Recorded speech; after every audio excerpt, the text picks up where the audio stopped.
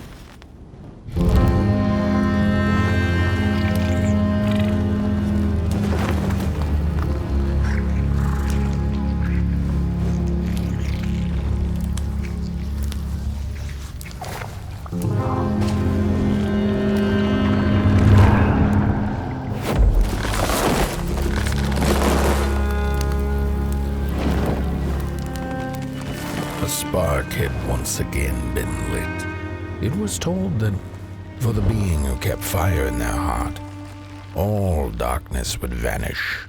Nevertheless, this long night seemed endless and fraught with perils.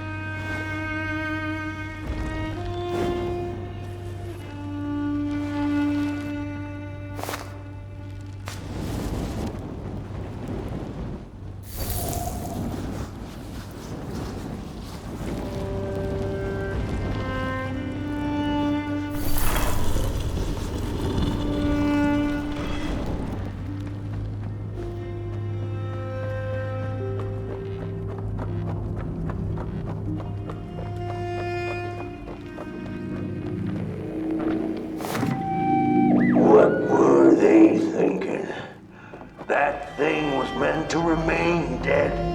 I'm never gonna come out again, no sir, and here it's just me. Lonesome ragdoll with his mask. Hello, and that piece. They burned it all away, and for what? Shine a little light on things? I can see just fine in the dark. In the dark, I can see everything clear as day. What word?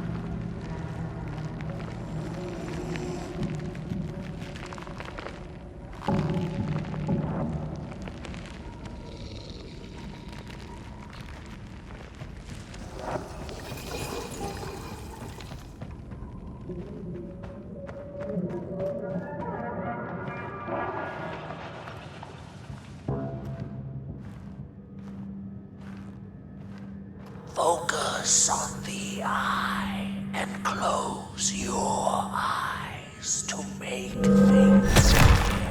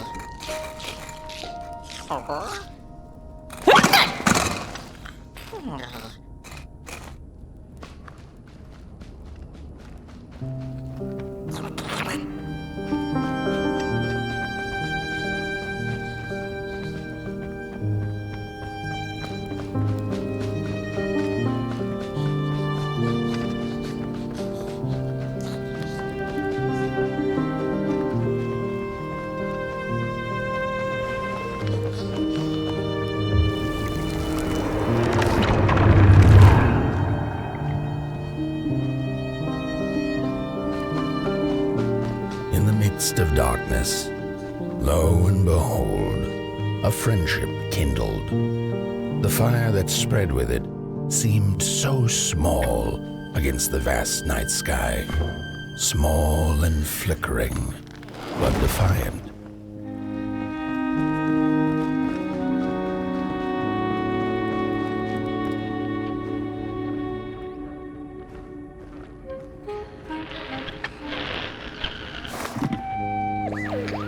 With wire, clay, and fire, the craftsmen built the foundations, followed by the trees and the rocks.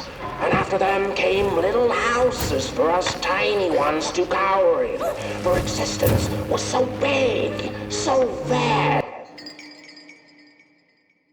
that without a roof above one's head, one could have fallen straight into the skies. And yet, with all that stuff, they didn't know what to do with us. So I reckon that's why they built the midnight walk. For us to wander, for lack of reason.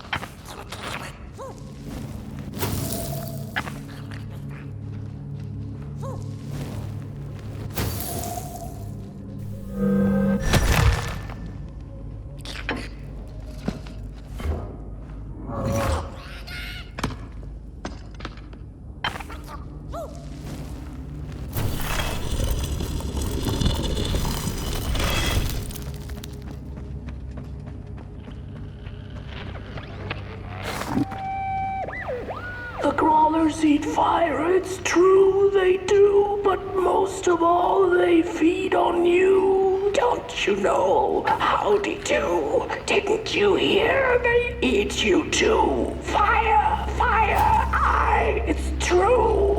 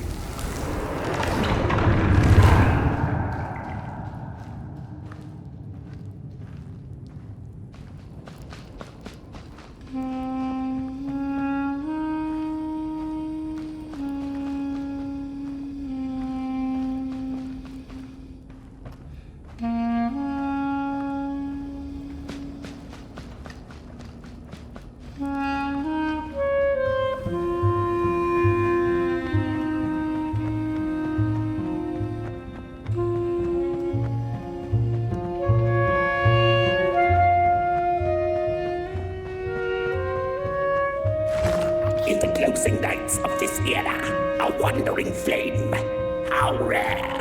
little pot boy. This is already the end. Your pot boy, the last ember of the work table that was. You are destined to carry this torch to Moon Mountain. It is inevitable. We must all partake. Your purpose burnt into clay. Your pot boy must spread his fire.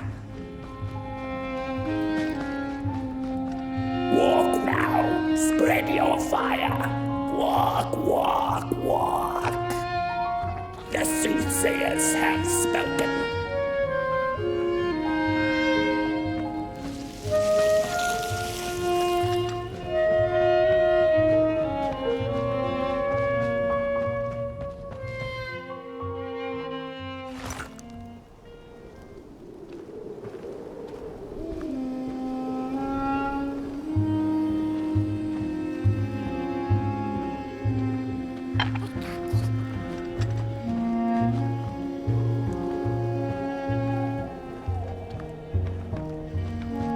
Whether they held or lacked reason, it didn't matter.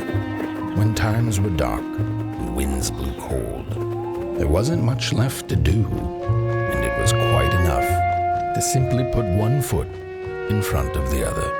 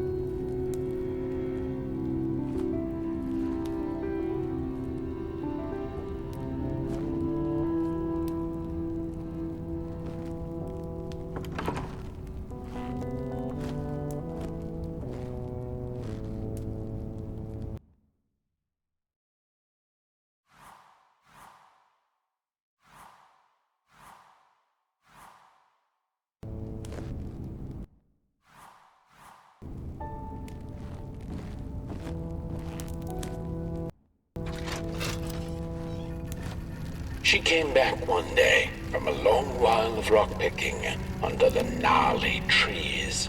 Usually the Merkel had been fond of fall and the refreshing cool of winter, but this time it had been much too long for her taste. Even the sun seemed tired, and she had all the rocks she needed, so she decided to treat herself to a long nap.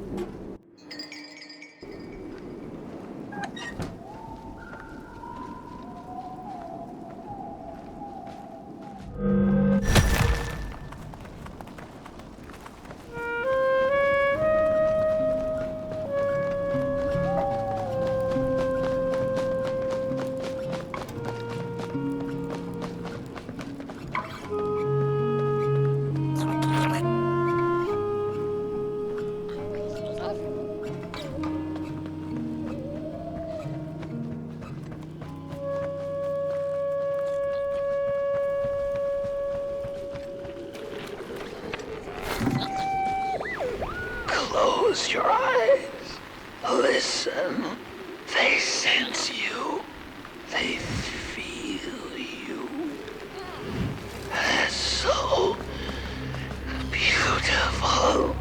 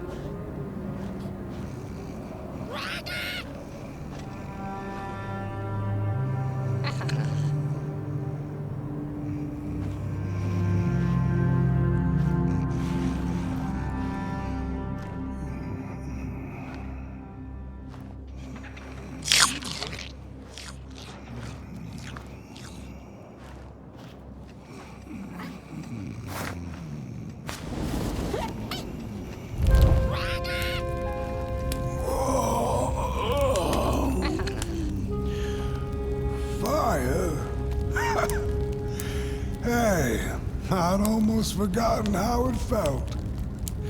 And salutations, burnt one. Fancy meeting one of your kind here. You're the caretaker of this little firecracker? I reckon you must be headed for Moon Mountain. Am I right?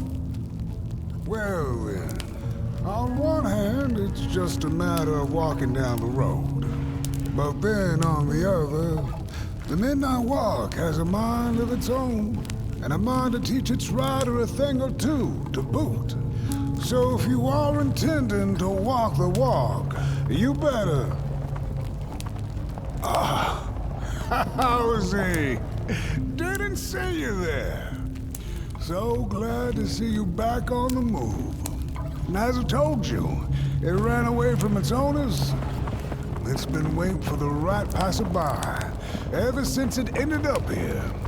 Well, heck, don't let me keep y'all. See you down the Midnight Walk, and burnt one. Wherever you end up this long night, keep that fire alive. It's really all that matters. Don't take my word for it. Just see for yourself. Some folks certainly know how to talk the talk. What you lack in talk, burnt one, I trust you make up for in walk. Be wary of the dark itself. It's full of ideas, but it is always hungry for more. Enough talk now. Time to listen. Listen to the road, the trees, the shadows, to the stars. Oh boy, you'll be amazed what you'll hear if you listen a little.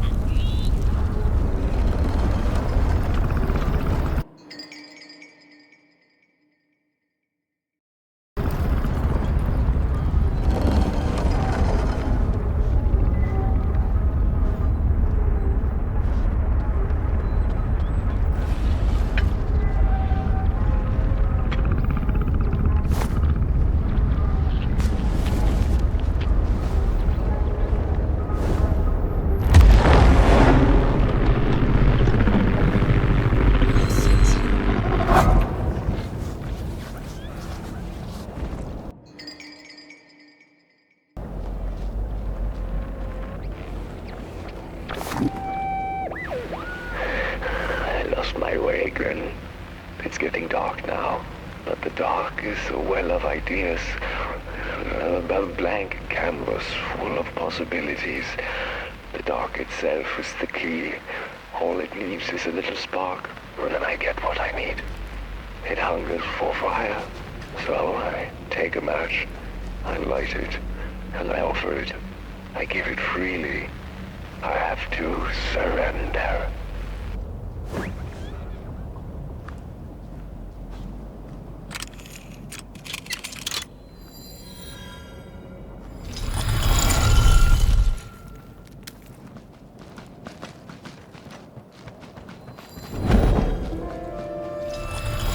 Don't venture into the swamp under the moon, they cautioned.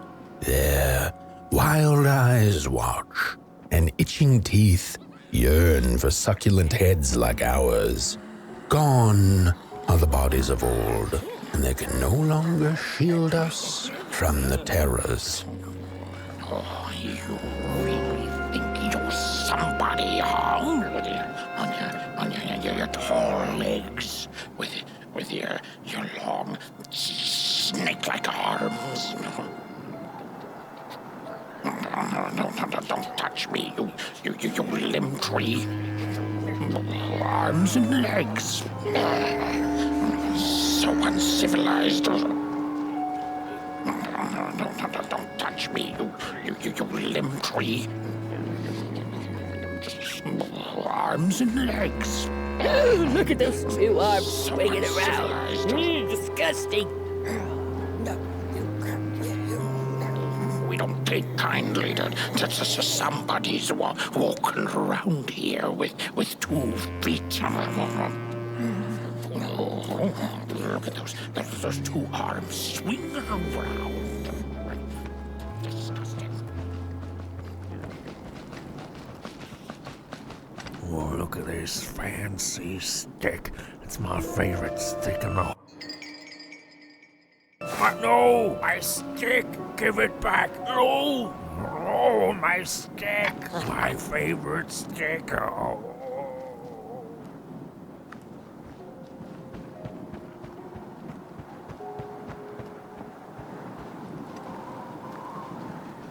Heads up! What are you looking at?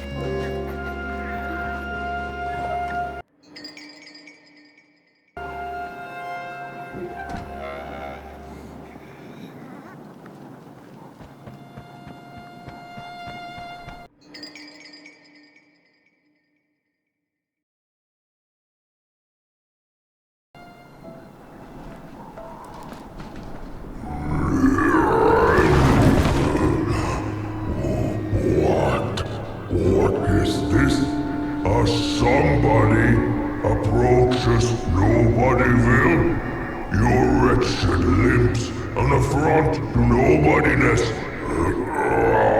Unless your fire can prove itself useful, there will be no passage for you, limb tree. Go away.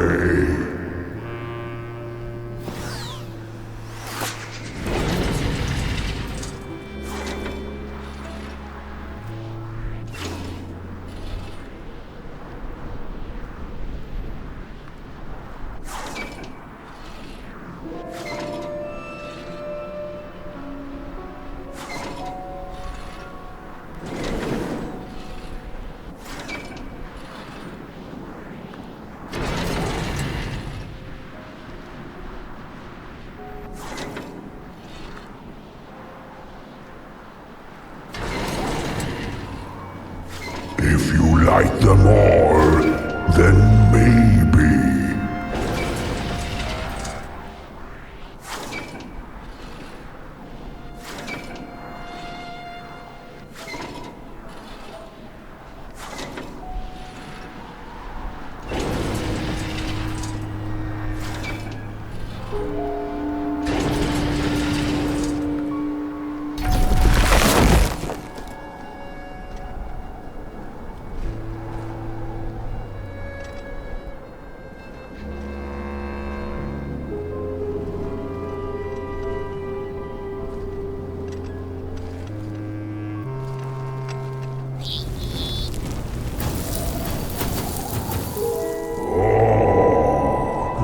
The candles have not been lit since before the great beheading.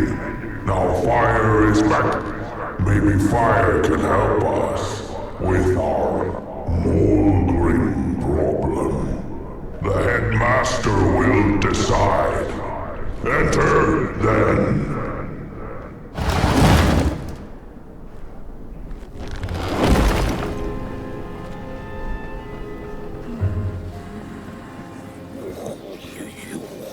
You get out of here. Oh, it was foretold. The return of the bodies.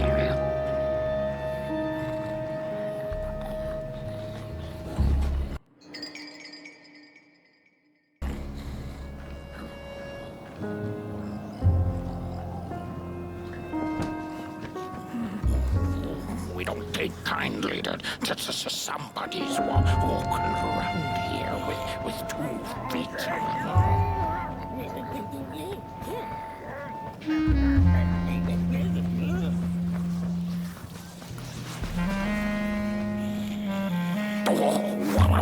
What do you think you're doing here?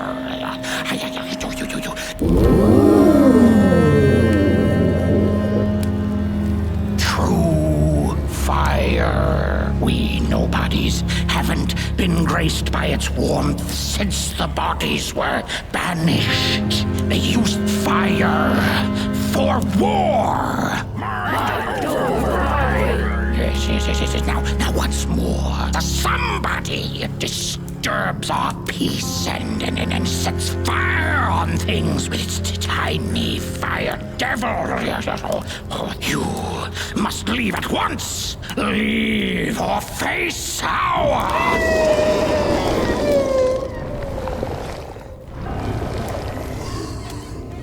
That's the Molgrim! The Molgrim!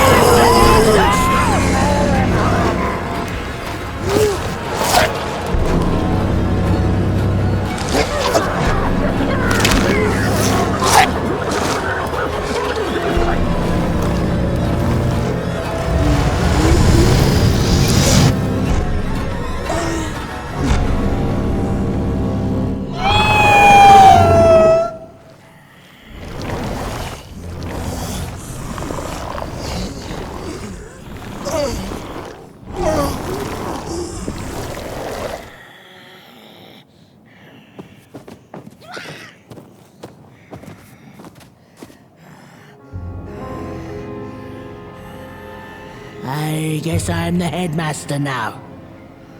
As you've observed with your own head globes, we have a problem. It is called the Molgrim. The Molgrim. Recently she has become bold, moving ever closer to nobodyville. You should help us get rid of her. Yes, get rid of her. Tame her, just make it stop. And by the powers suddenly vested in me, I will, shall grant you passage through our fair nobodyville. Here, take this. Blech. Blech. Now, go do the quest. Meet the problem head on. Tame the Molgrim, and we will. I shall graciously let you pass through nobodyville.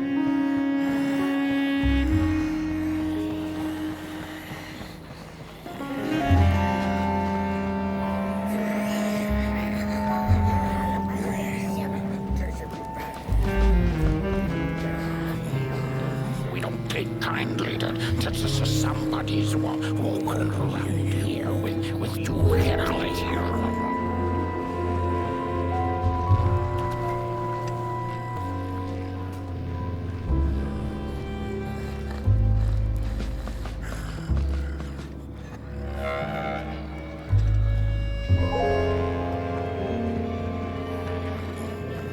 We don't take kindly to somebody's walking around here with 2 feet.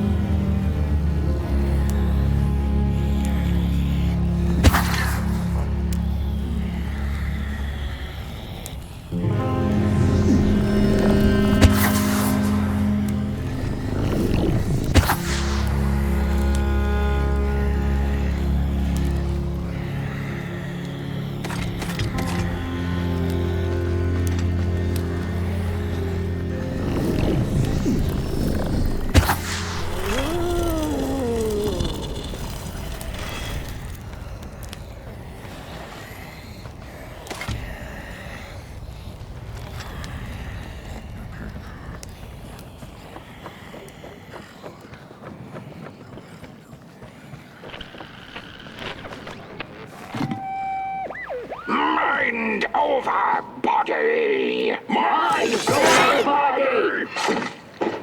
Mind over body! Mind over body! Mind over body! Mind over body!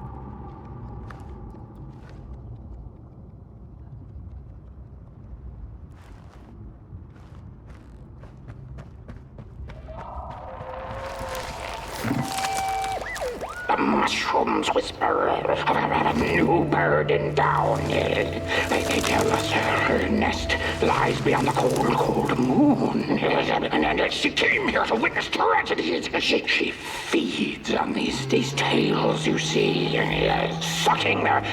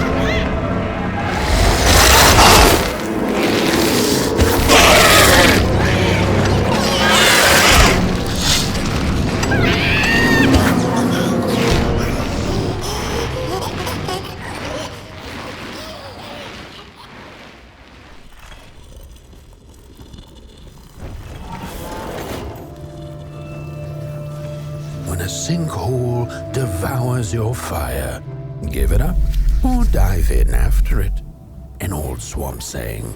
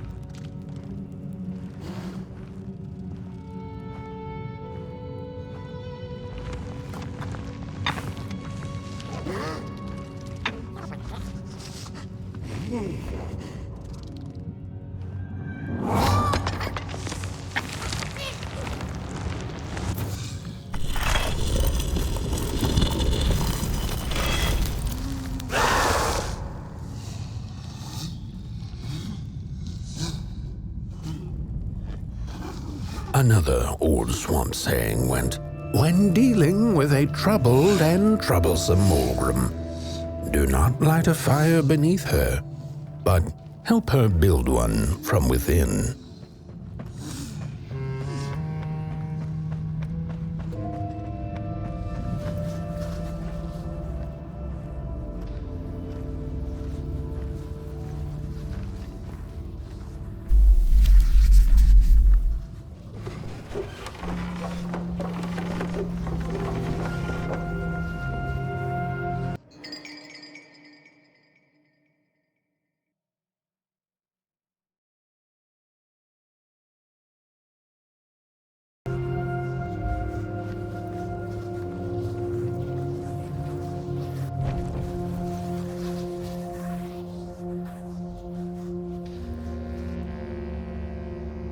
Oh, my neck hearkens the anguished howls of the Molgrim, and the bitter patter of feet.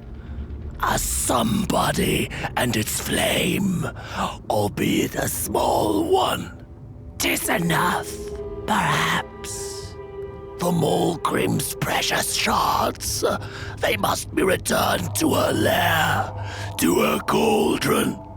Only then may the cleansing fire burn.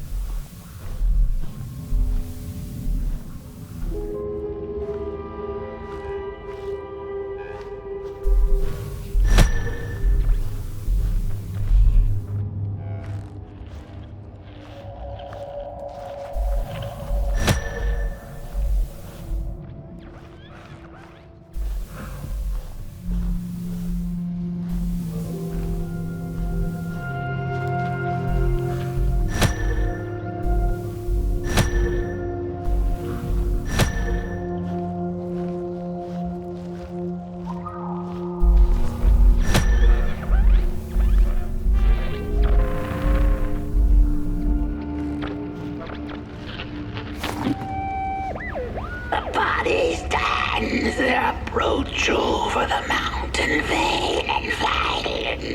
We ragdolls observe, we record, and we mimic. Their faces wear masks they do not know. What the sordid yearning hides behind. The hands will tell. We put on a mask, we perform, and we put on a show.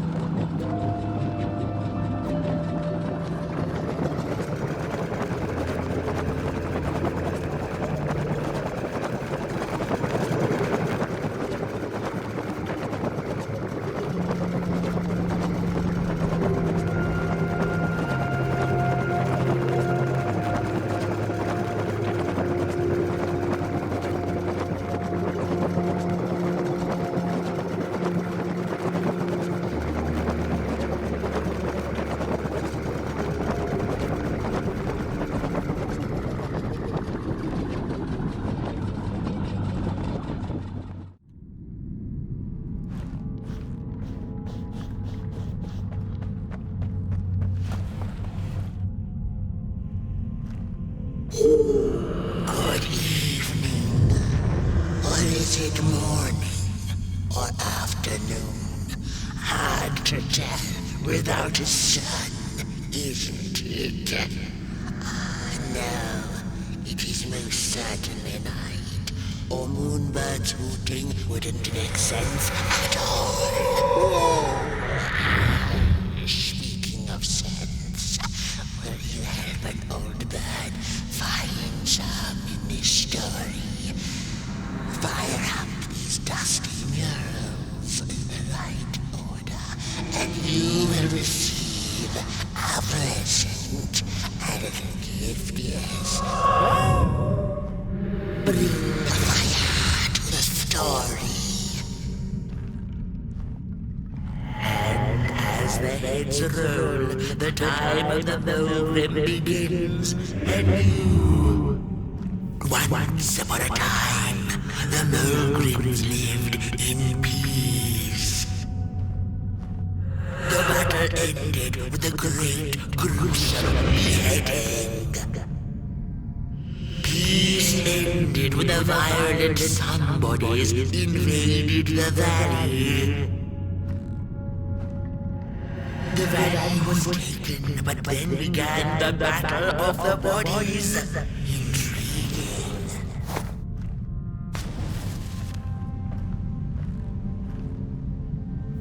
Once upon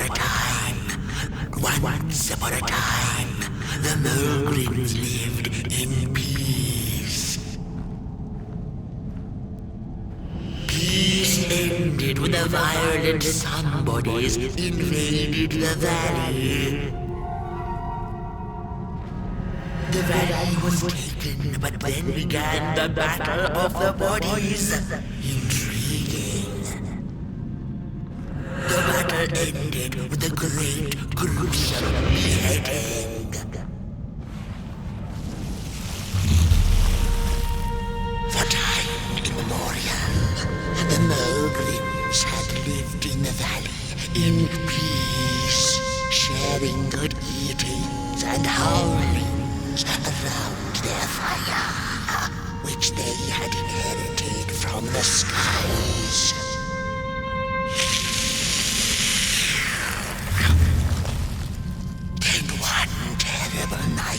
fighting the violent somebodies. They hunted the Molgrims for sport and took their fire for themselves.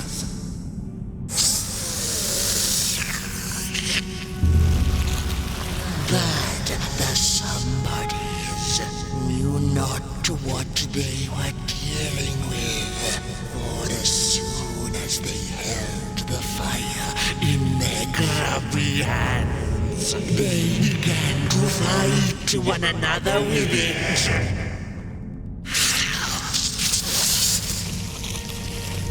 To save themselves from themselves, the cunning heads turned on their bodies and organized a great beheading.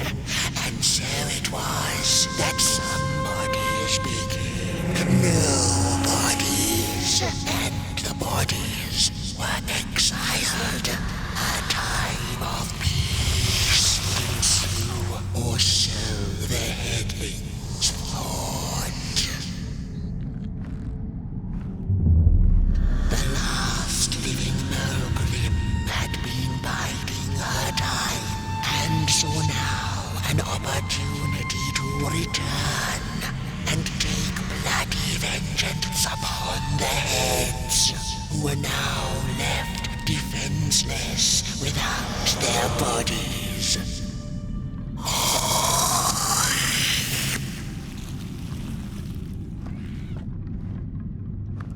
And the time of the Molgrim begins anew. A storied meal indeed. Moonbird thanks you for feeding her and proudly upholds the promise.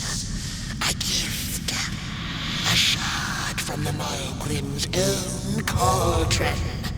It looked so shiny in the moonlight. Moonbird simply had to take it.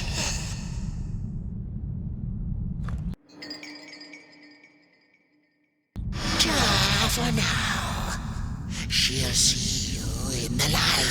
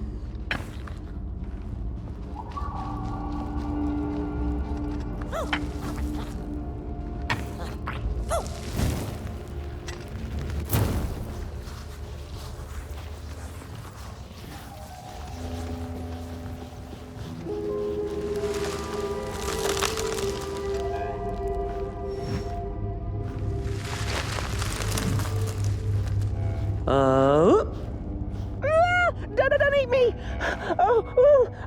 Well, if you're not gonna gobble me up, then can you maybe take me away from here? Please? Somewhere closer to Nobodyville and away from here.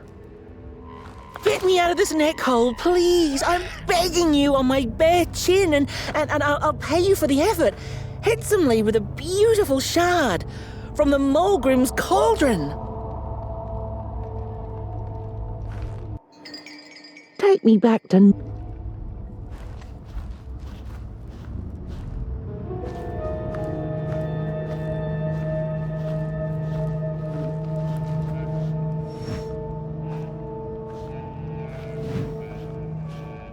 Look out!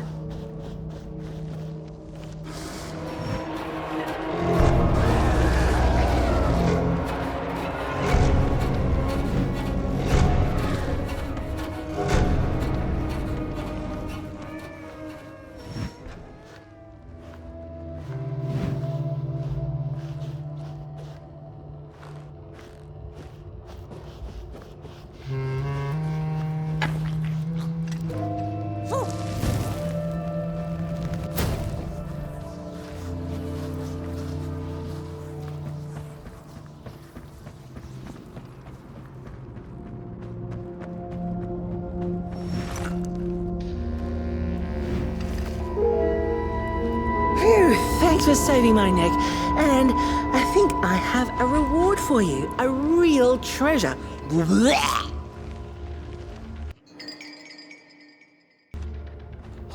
There you go. One of the 3 missing shards from the Molgrim's cauldron. Yeah, I stole it. Oh, I thought I could maybe buy me some kind of ticket away from, well, everything. Start anew, you know? A good head on a pair of healthy, strong shoulders. Eyes on the horizon. Gosh, the horizon. Do you know I haven't seen it once since I lost my body? I really do miss my body. It's a real shame when you think about it, you know? The things that we do to ourselves, to one another. What we did to her, kind. All in the name of some sort of control. It doesn't make sense. Anyway, I guess I'm sad. Sad and sorry.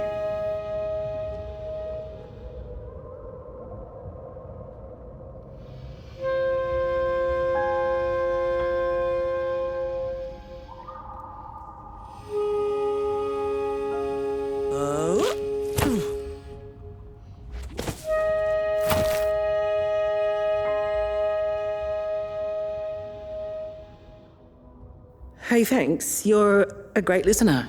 You know that? Just take care of that shard now. Maybe put it back where it belongs and... yeah. Goodbye.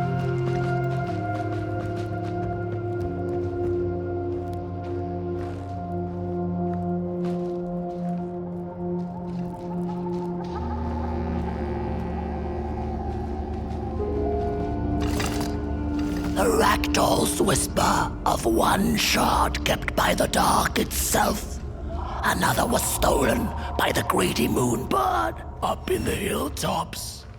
The last one, perhaps the cowardly head knows. It's easy to lose one's head when everything you love is either gone, broken, or dead. Yet another forgotten swamp saying.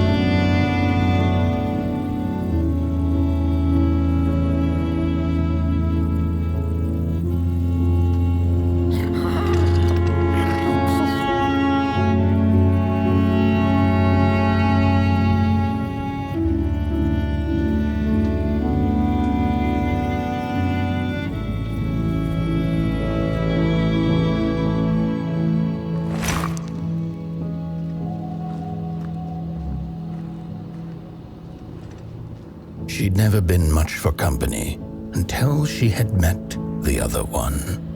He had shimmering scales, an appetite for life, and carried a faint scent of rotting leaves she found irresistible.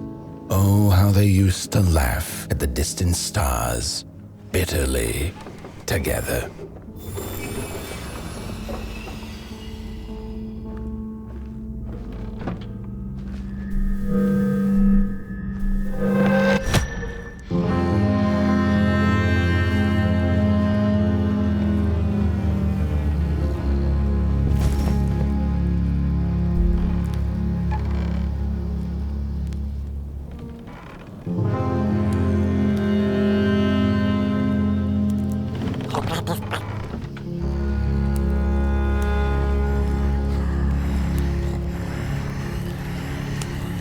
The howls of the Molgrim have gone with the wind, and our headaches settled into gentle throbbing.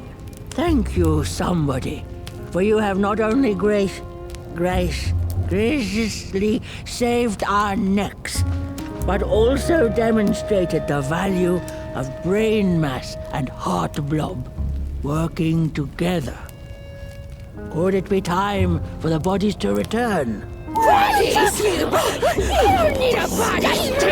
We must convene on this matter, and you and your wandering flame must now leave through our gates and keep on walking the midnight walk to Moon Mountain. Moon Mountain! Here you go, somebody. This key will open the town gates. Blech. The mountain once again beckons, and the call is answered. Fare thee well, and take good care of your flame. The dark itself is hungry.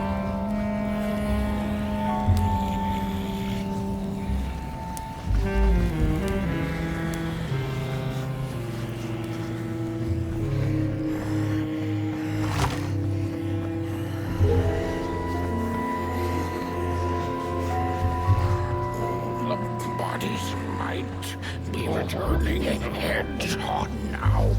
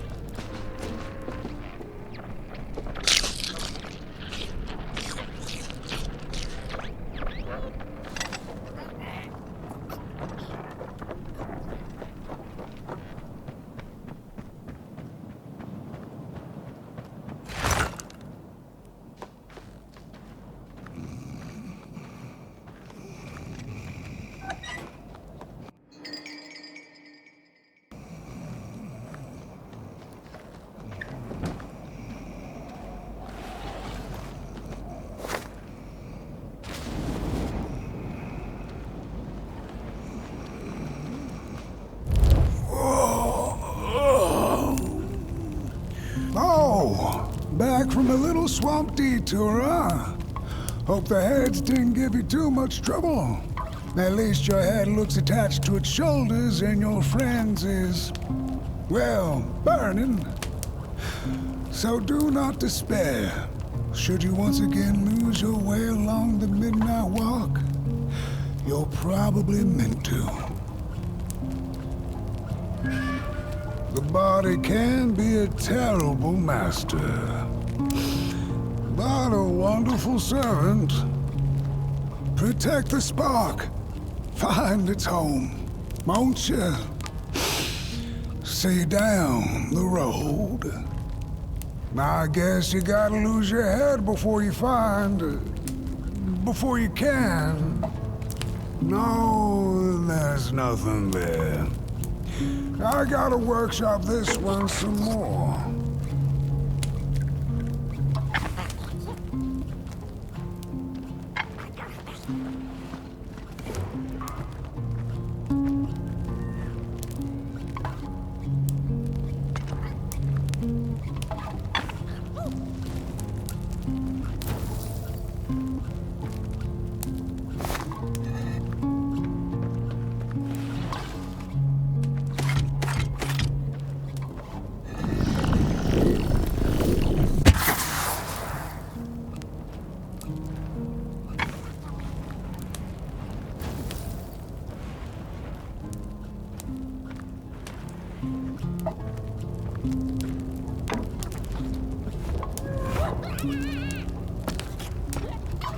You better get going.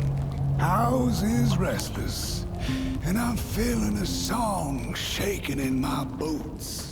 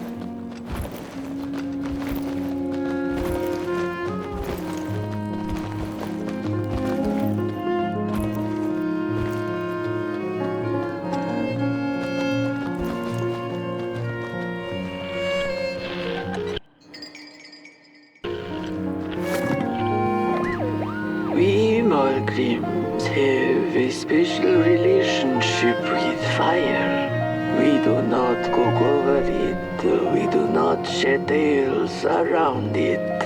We care not for its warmth. Ours is a different connection entirely. Fire is our window to truth and into the world beyond clay, to which we must return. We are noble beings, bringers of bugs, slime, and mushrooms to help decompose the old and to bring about the new. We are the caretakers of this world, and woe be to those who seek to end us, for they seek to end themselves.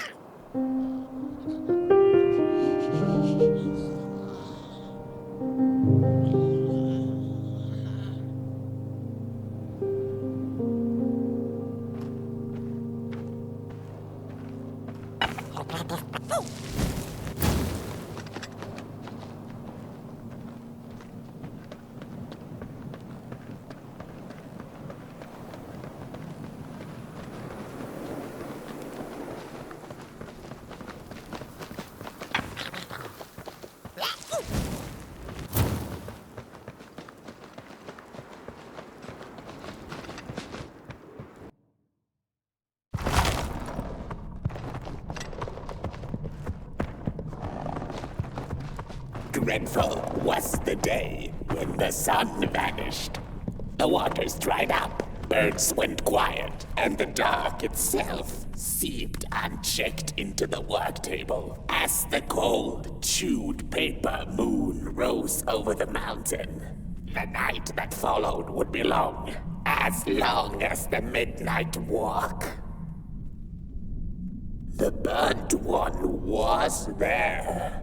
You do not remember, but you feel it, don't you?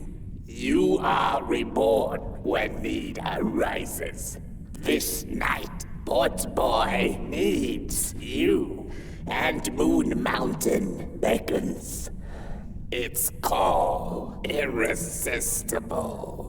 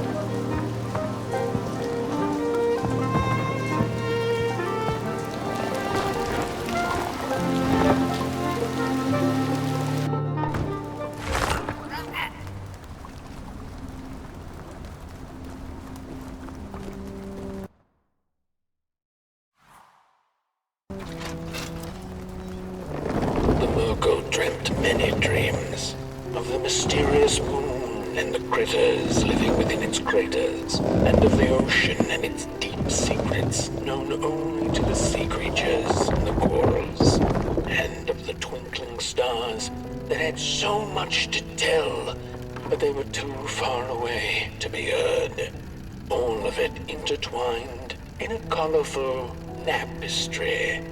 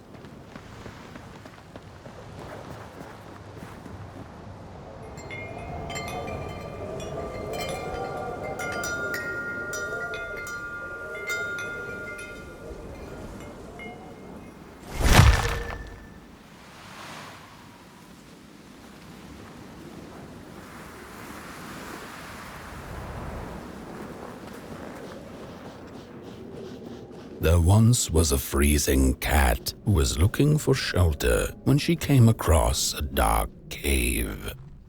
"Step into my abode," offered the dark.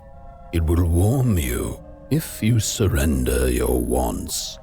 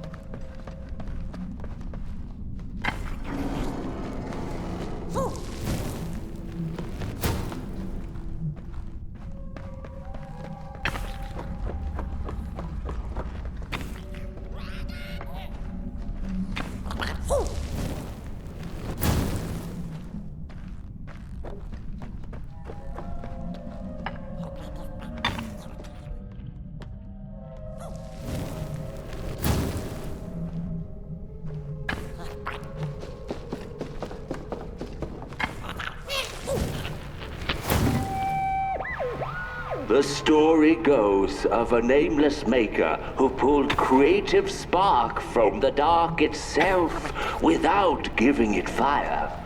With his dark source, he managed to create swaths of land in no time. The dark itself waited for a gift of fire, but the maker just kept on taking. Too busy building his crooked fences and watchtowers, kept his fire locked away in his chest. One day, he decided to create the first people to inhabit and appreciate his creation. It was then that the dark corrupted the maker's guided his greedy hands into creating not people, but the first of the fire-eating crawlers. And they crawled.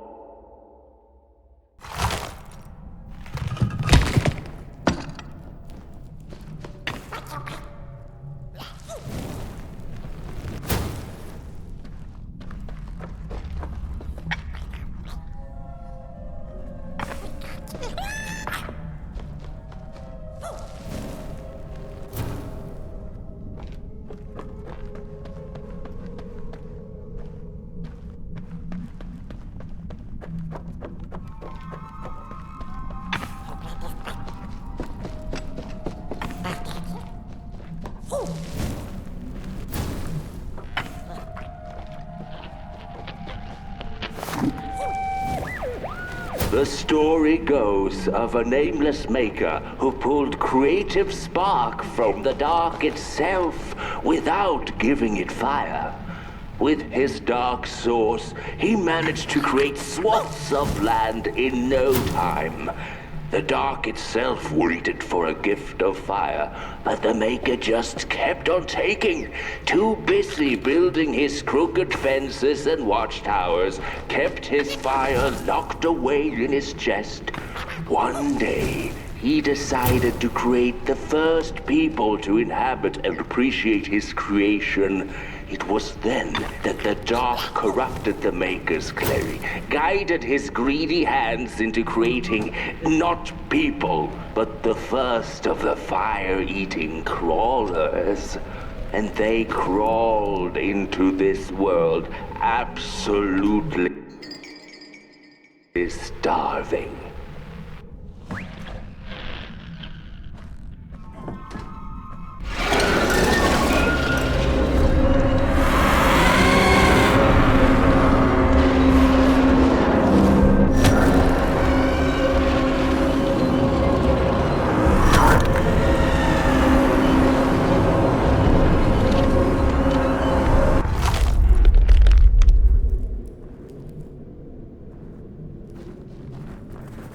The dark's eyes were much too big and watchful for the cat's liking. She went on to find warmth somewhere else.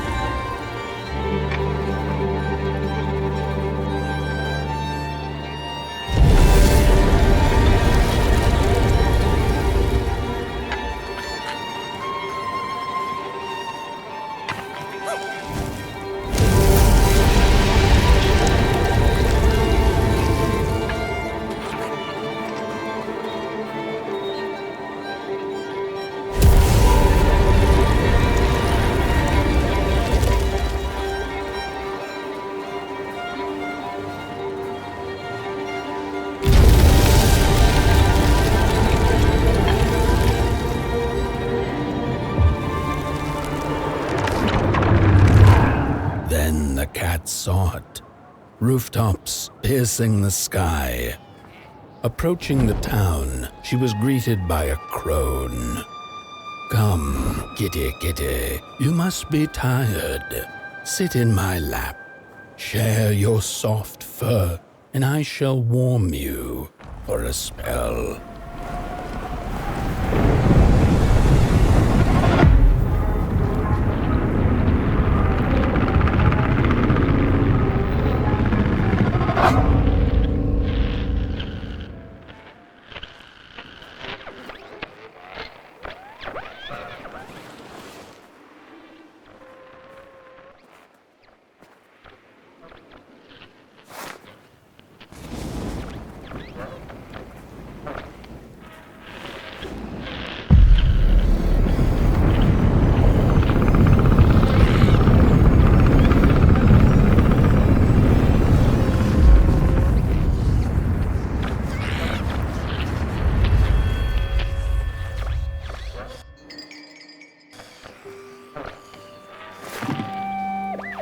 Hello, Mother.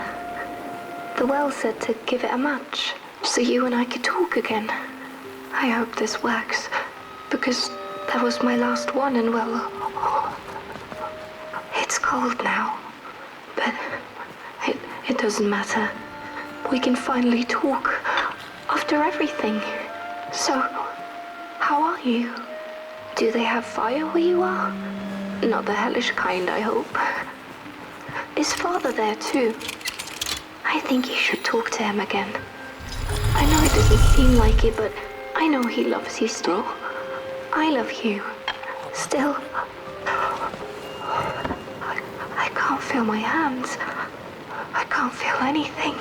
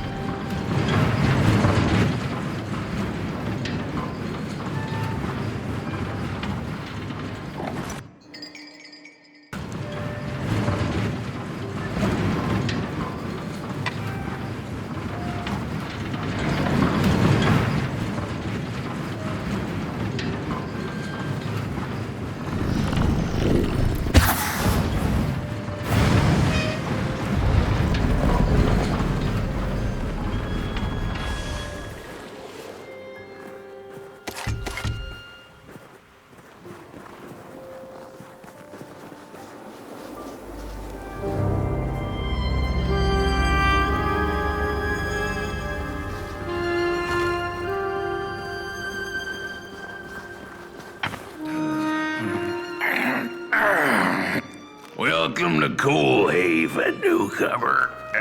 Good to see a flame in these parts again. I'll be your guide tonight. This furnace here used to run on coal and fire, don't you know? But a thief stole all our matches, wasted them in greed, you see. Now the ghost has come to smite the wicked and punish the thief who killed us. Well, I guess that's it. That's a tour on the house. There's a bone right there in the snow. There ain't no place for a bone.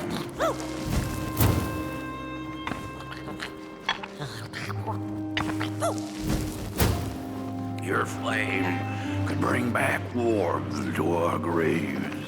May the worms in our bellies dance again. Your flame could bring back warmth to our graves.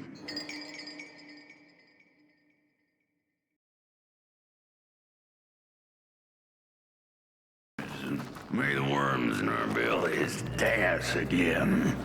There's a bone right there in the snow. There ain't no place for a bone.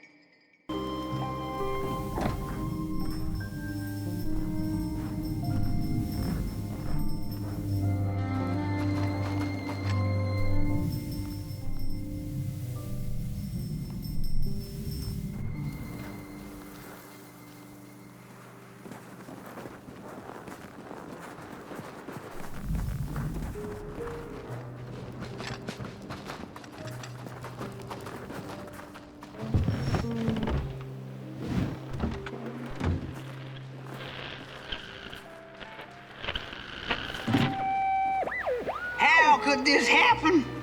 Whoever did this, oh, the flame warms the righteous, but the wicked who love destruction, the flame burns with a passion. How will we warm the furnace? Feed the thief to the furnace! Feed the thief to the furnace! Coalhaven is doomed! On the wicked the flame shall rain fiery coals and burning sulfur. A scorching wind shall be their lot. Come forth, thief, and confess your hideous crime!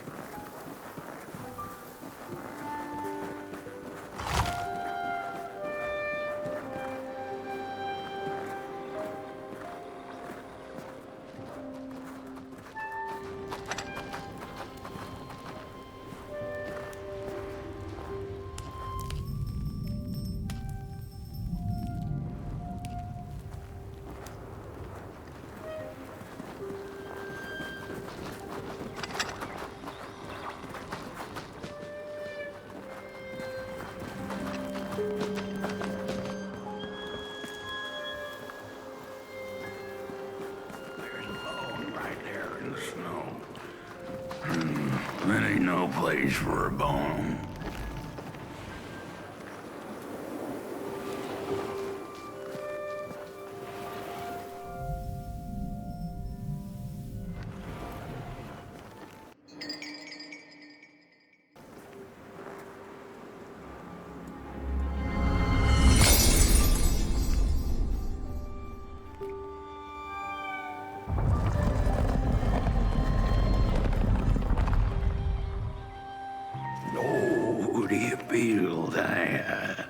Something's changing. That furnace was the soul of the city. We used to worship it, us coal miners did. Fed it trees and fire like it was a hungry, angry god. This broken body's going nowhere, but yours is. Walk the streets. Listen. Just don't believe everything the half-dead say.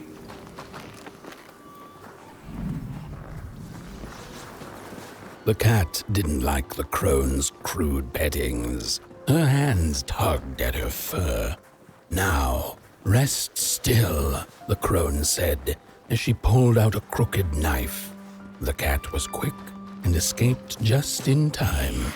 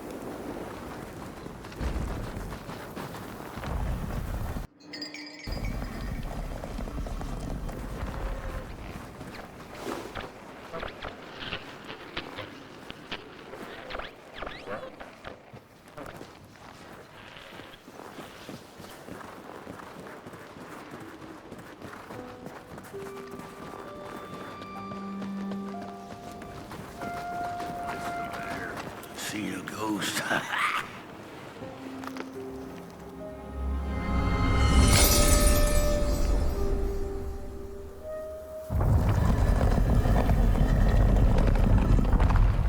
The thief loved the stars. Would have plucked them out of the sky if it were possible. But the dark itself stole her stars, turning the thief's sky as black as a cup of joe. And so the thief began to steal matches and lit them, hundreds of them, like little stars of her own.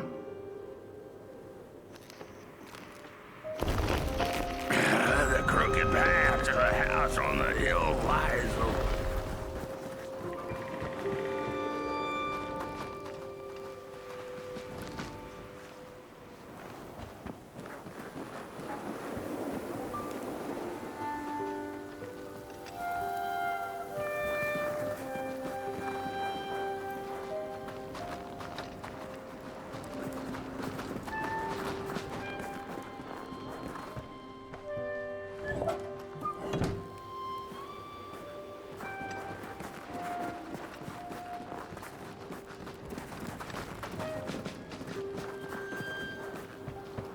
Wherever she sought warmth, it had a price.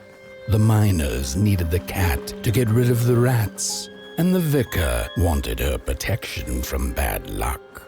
Bony hands reached out from all around her, trying to grab her. The burned matches lead to the house. Brothers and sisters, hunt down the thief. The matches. Follow the burned matches.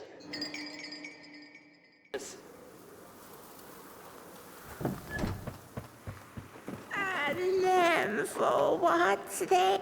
The trail of burnt matches. It leads to the house on the hill. We're running out of matches. The furnace is dead.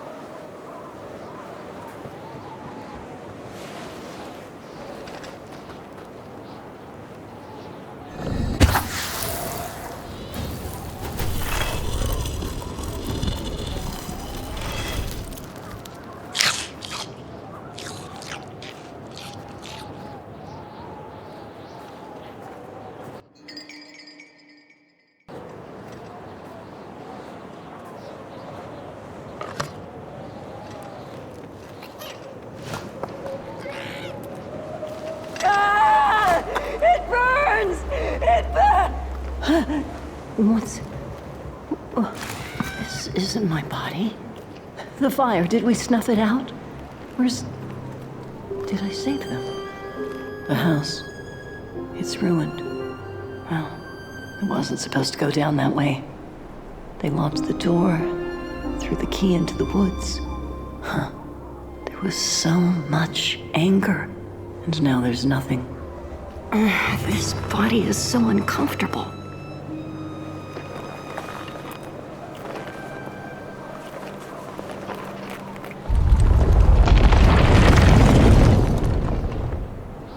While I was in the black, I had a dream. There was a monster in the woods, with our door key dangling from its tail. I ran, tried to chase it, grab the key, and when I did, the creature turned around, and its face, it was the face of this whole town.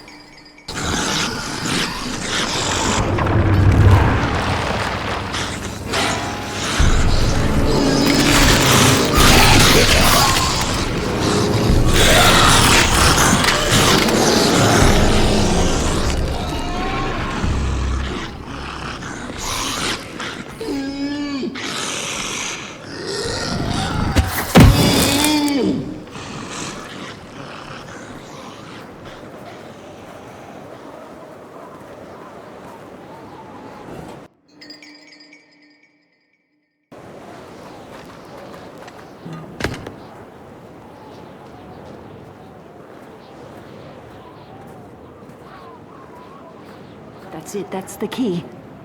Unlock the door. Please. I want to see my home again.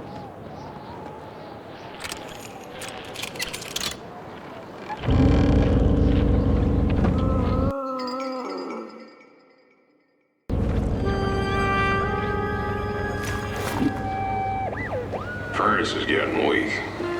Council says we're running out of matches. We'll have to harvest more trees then. I don't like it. Losing the forest like this. Not like we have a choice. The cat felt as if the walls around her were growing taller, the alleyways narrowing. Turning a corner, she bumped into a girl sitting in the snow. in her bony little hands a lit match. "What do you think of my star?" the girl asked. "Isn't it pretty?" Furnace is getting weak. Council says we're running out of matches. We'll have to harvest more trees then. I don't like it. Losing the forest like this. Not like we have a choice. Mom, Dad! Oh, Curly, you startled me. They're coming here. All of them. What's that you're holding? It's just a match.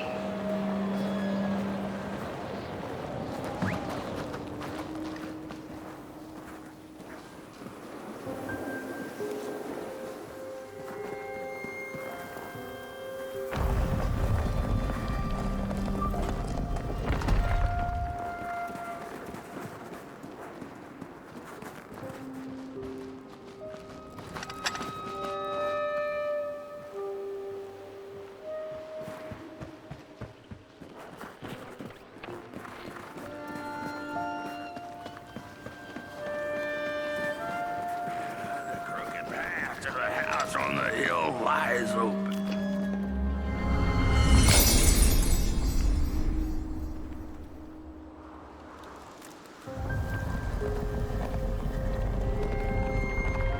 With no matches left, we couldn't light the furnace, and the thief paid a terrible price for her burning greed.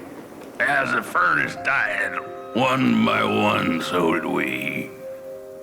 But before we perished, the dark itself moved into our hollow husk, turning us cold and wicked.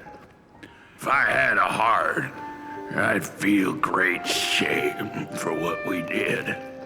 I'd feel great shame for what we did.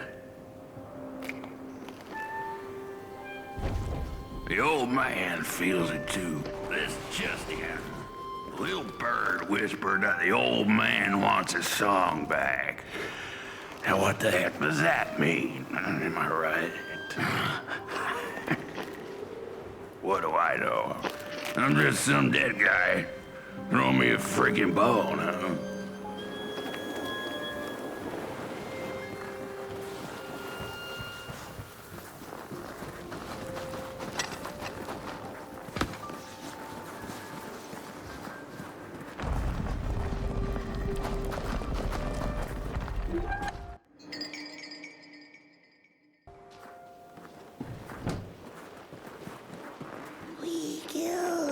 The old man is the one left. No rest for us after he did.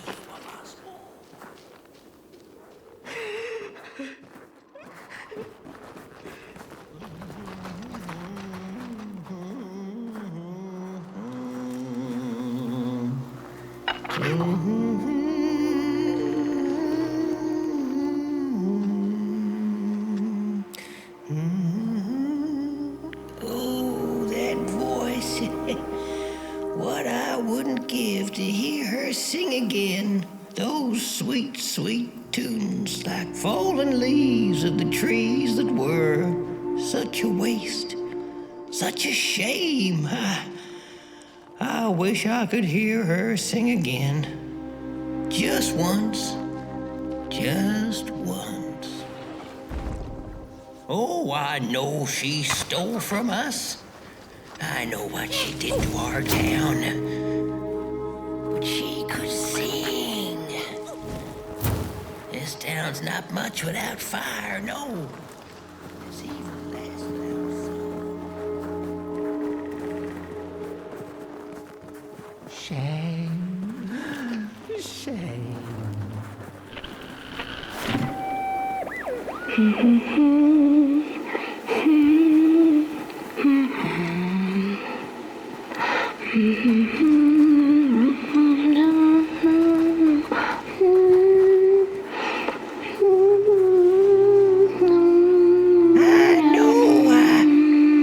Captured it once in a melody-keeping head of glee, so she could hear her beauty for herself.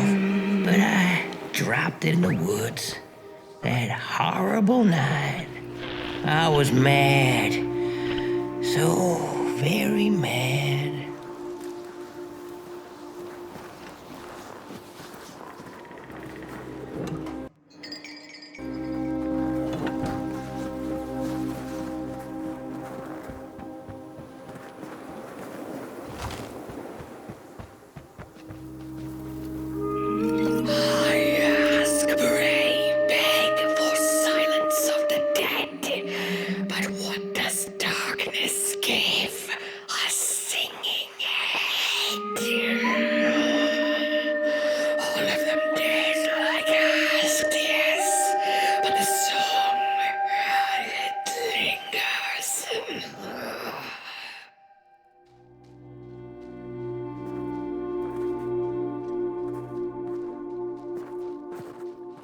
No dance, I ask. No singing, no way. No nasty gold digging persons, I pray. Darkness, listen.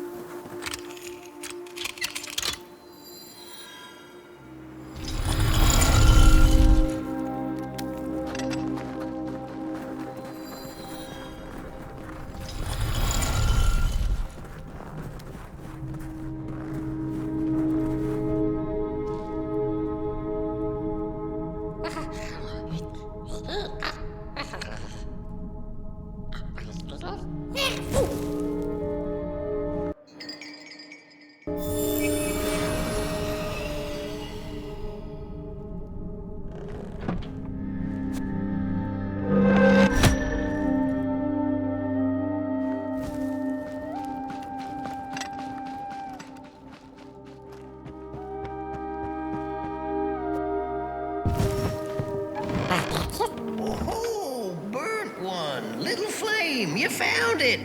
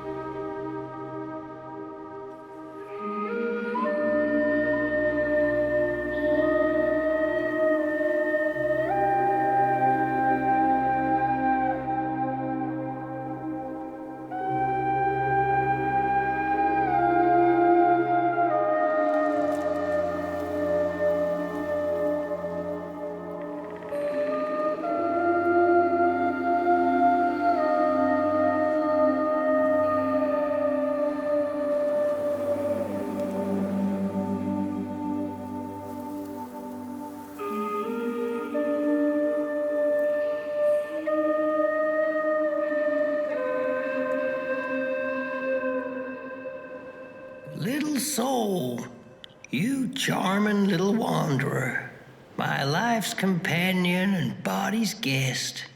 Where are you off to now? I don't know what I thought would happen.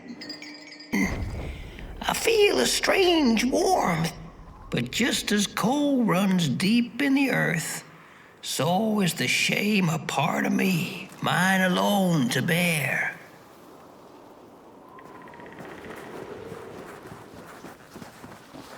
The girl offered her burning match, her last star, but the cat could tell she needed it all for herself.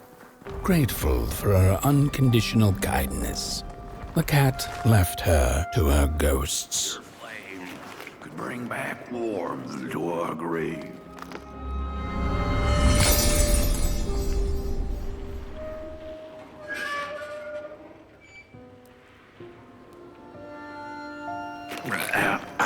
The door to the flame was open. It's already there. You just haven't lit it yet.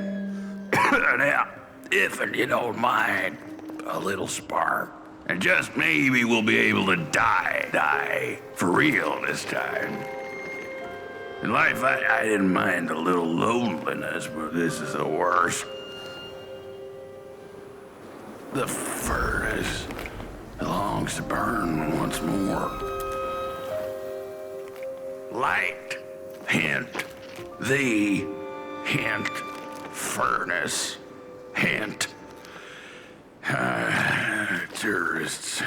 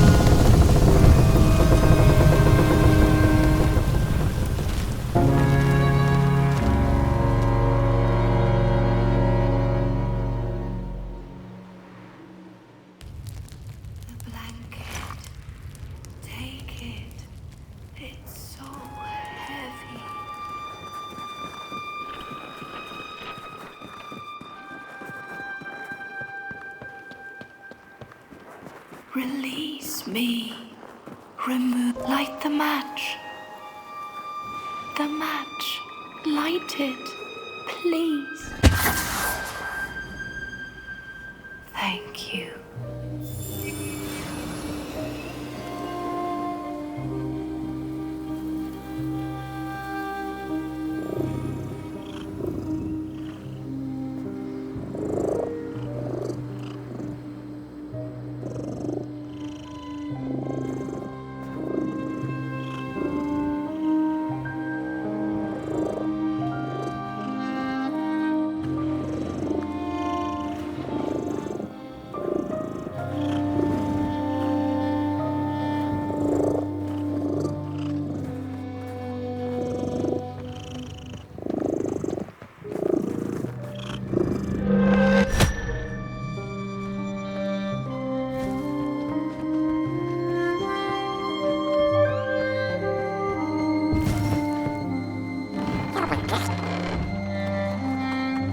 The cat finally settled in front of a giant, burning furnace. In its bright flames, she could glimpse a dark future. This did not matter to her, for now she was eternally warm and at peace.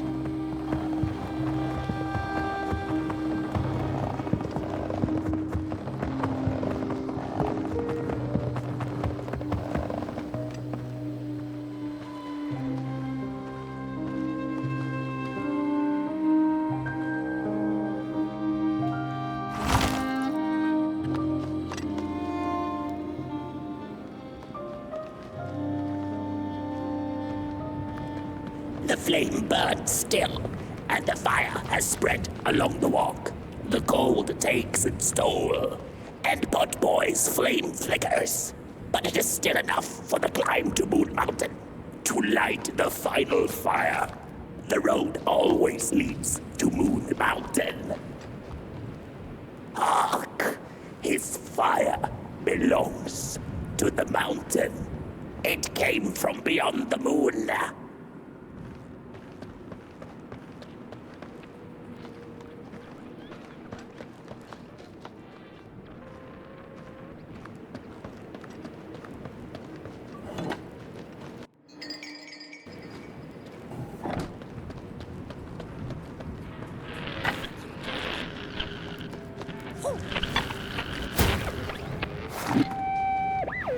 There's a fella who watches over the midnight walk, pointy hat and hollow gaze. He's been around longer than you or I. Some say he was one of the first sculptures to have breath. Some say he's not from around here, but from another maker's work table entirely. Some say he's seen what lies beyond Moon Mountain. But I just think he's lost like the rest of us, and he's waiting for the right one to come along. Waiting for something that'll give him that eureka for his song. He keeps his banjo by his side, but he never plays it. Strange, but he's in no hurry. He's got all the time in the world.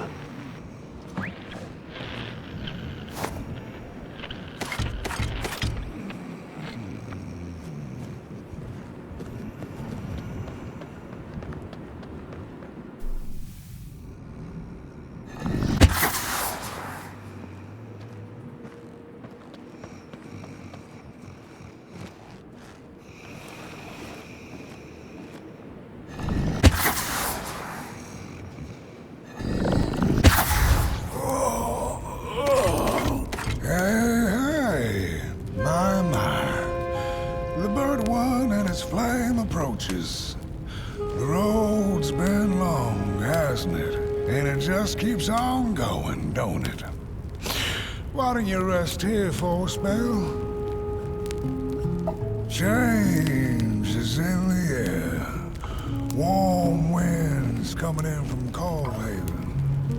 I trust you're not pushing that little flame of yours too hard. He is mighty, no question about it. But between you and me, he still has a ways to go until Moon Mountain. Heck, it ain't my place to tell you how to tend your flame. I'm sure you'll be fine. You'll be just fine.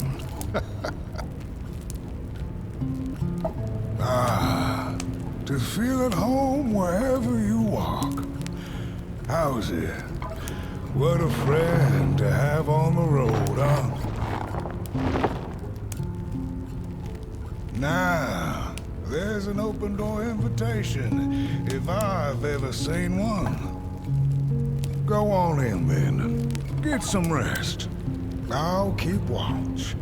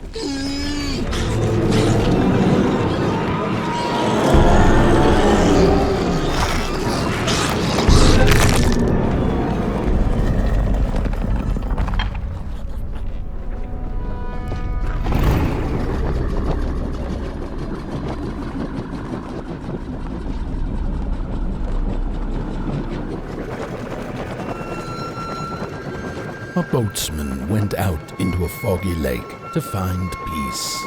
Then, out of nowhere, came another boat that bumped into his.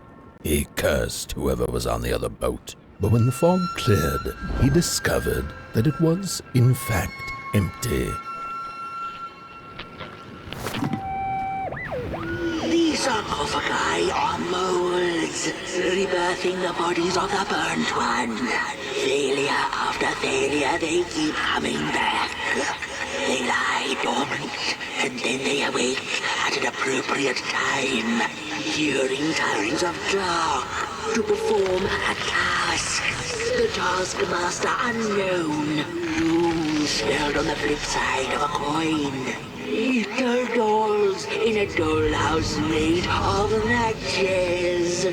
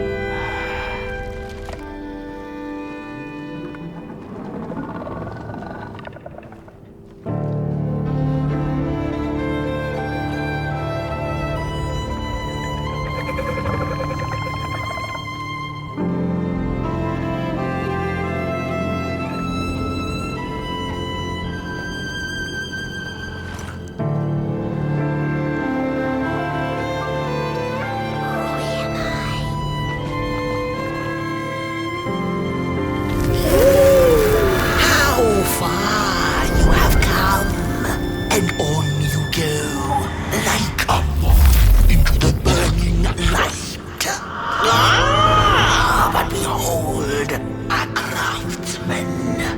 One of the first beings ever to wander the clay. Like you, his heart is ashen, barren, yet ripe for tasty stories. By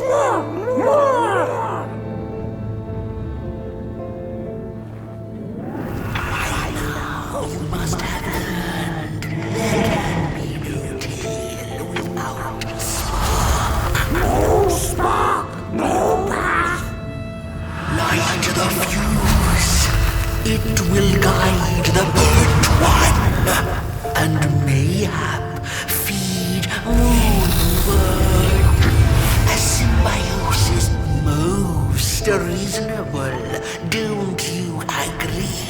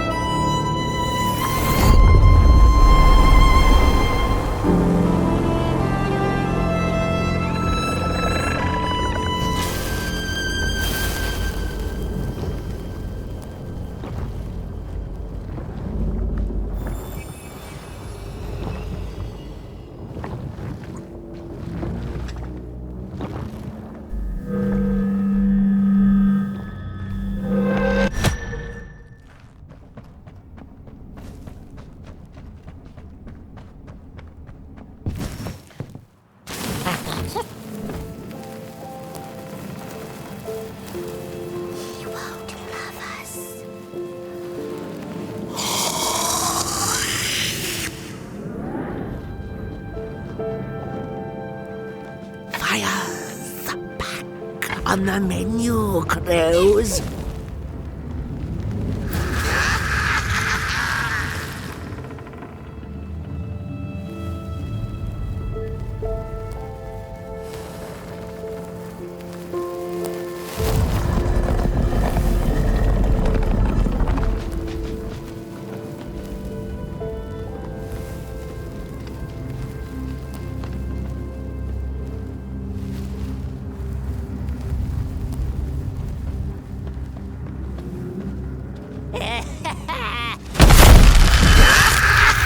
I see you. Not to crawl closer, Moonbird. Avert your greedy gaze. The movie pictures are not for you.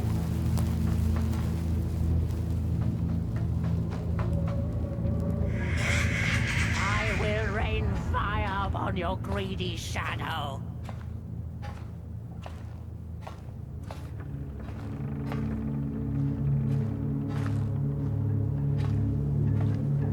Birds of the dark everywhere.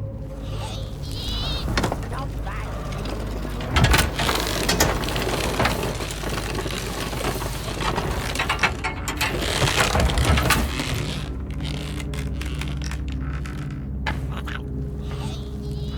I hear you messing around.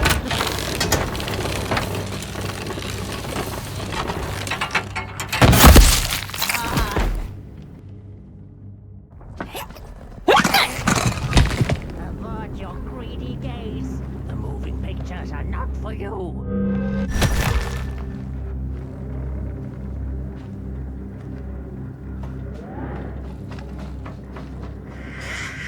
I will rain fire upon your greedy shadow.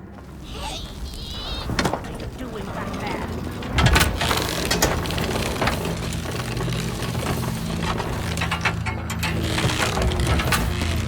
I see you. Not to crawl closer, Moonbird. Do you use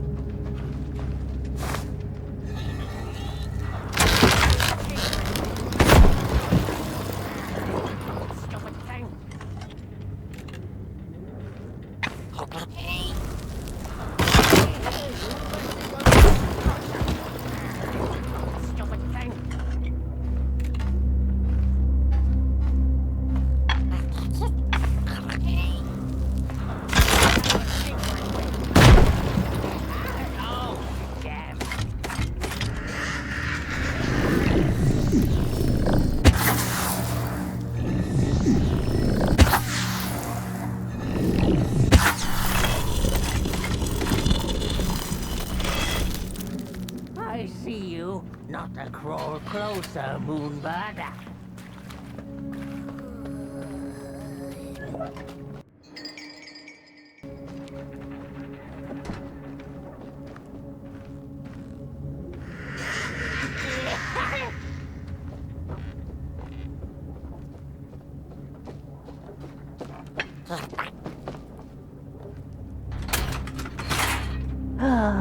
The pictures. They are moving again. Forbidden. It is forbidden. It is forbidden. Hush, no talking in the theater, fools.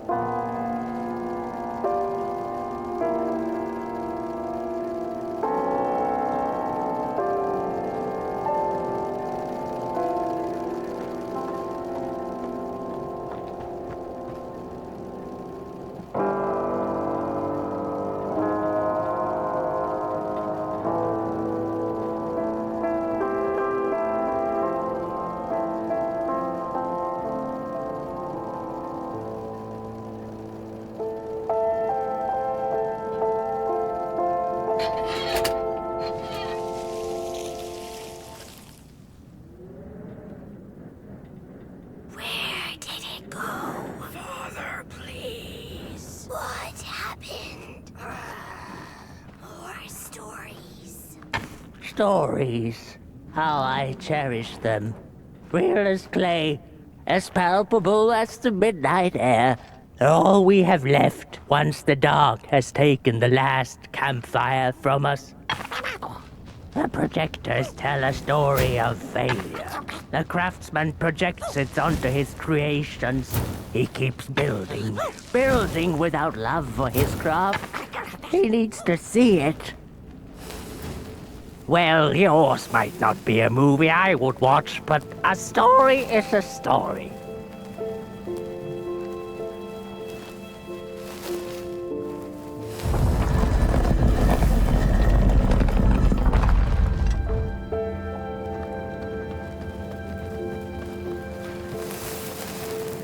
The potter, stuck in the sinking clay in which he had dug so greedily, spoke his final verse. Here was I born, and here I lived. My refuge was the clay, and now the clay has played me false in a most grievous way.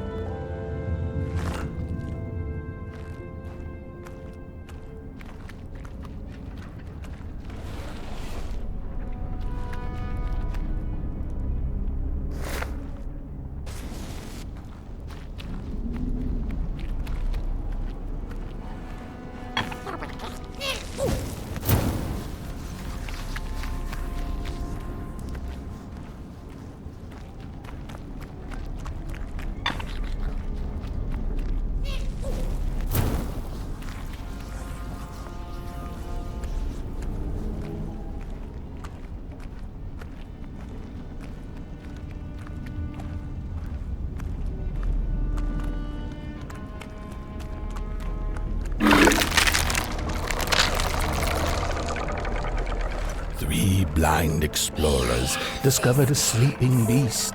Each of them touched it and described it to one another.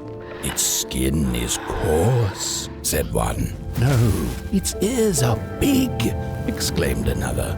"The teeth are its most prominent feature," declared the third.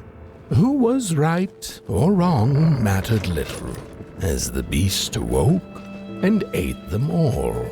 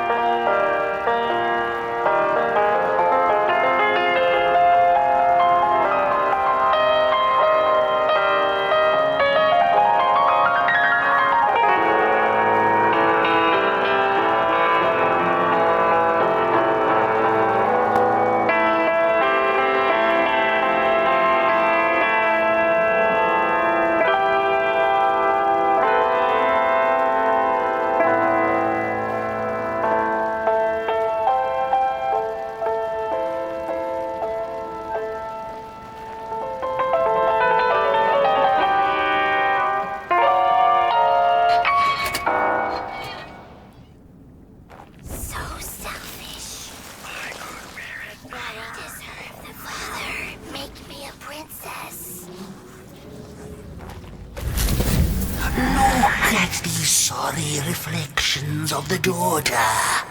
None of them will ever dance, ever feel the warmth of their maker's heart. They can never be enough.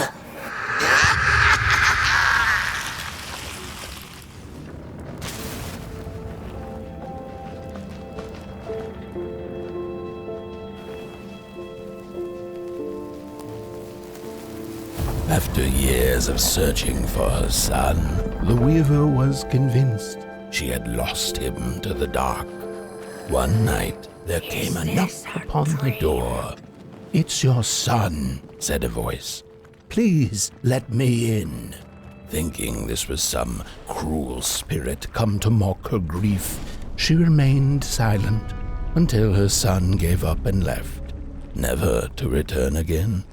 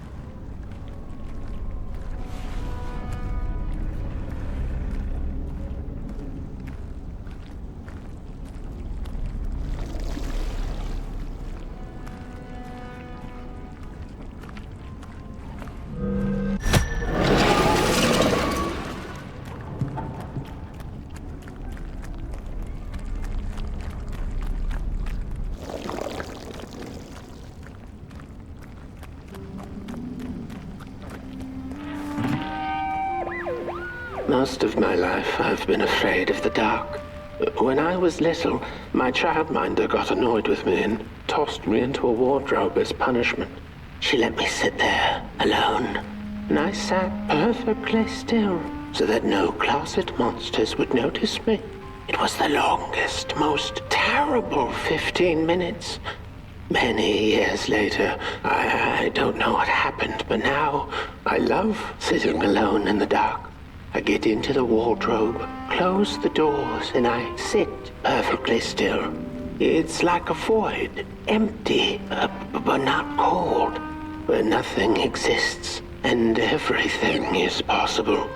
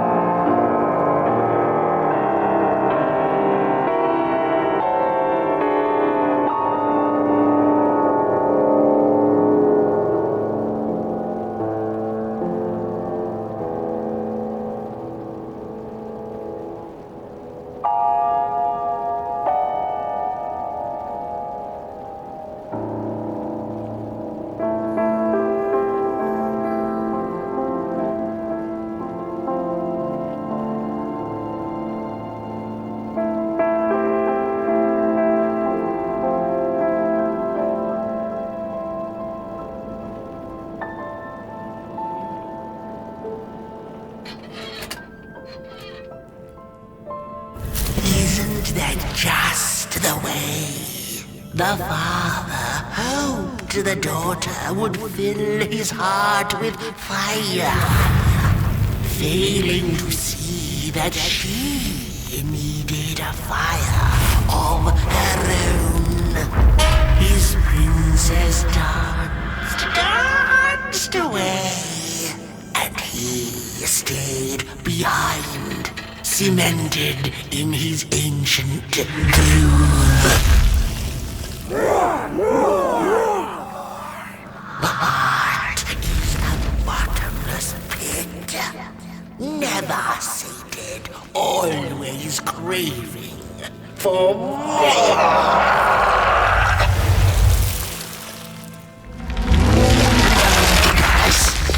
Enough! Keep on walking the midnight walking. Don't run all the way to your infernal doom. She will be there to gobble up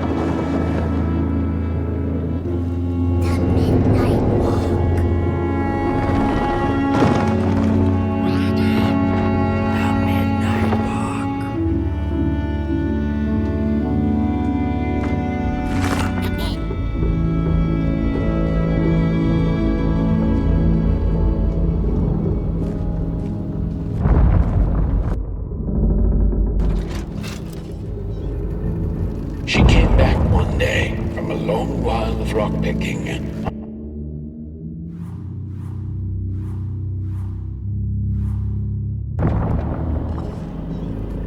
There was one star out that night, and it glowed a cold red.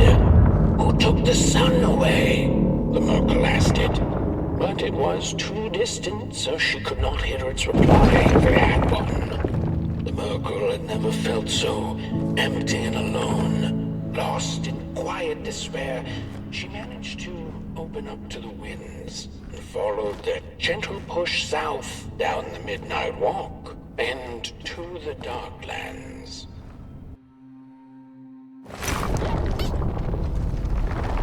The Wanderer asked the craftsman, "How do you make such perfect sculptures?" To which he replied, "Oh, there's nothing to it really. I go into the dark woods.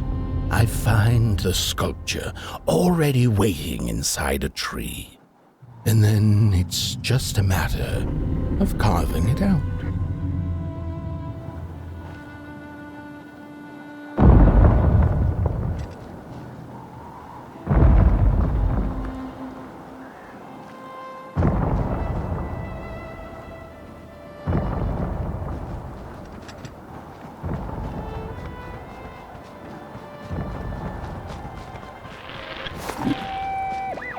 When I was a child, I exchanged letters with a monster in the woods.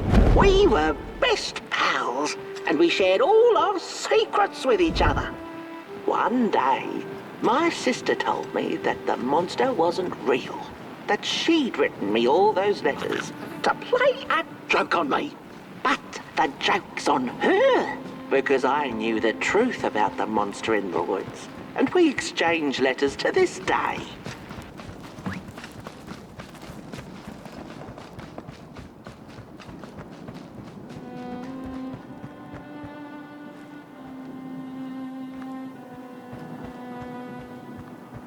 Hark! Not very far now. Not very far. The flame longs to be free.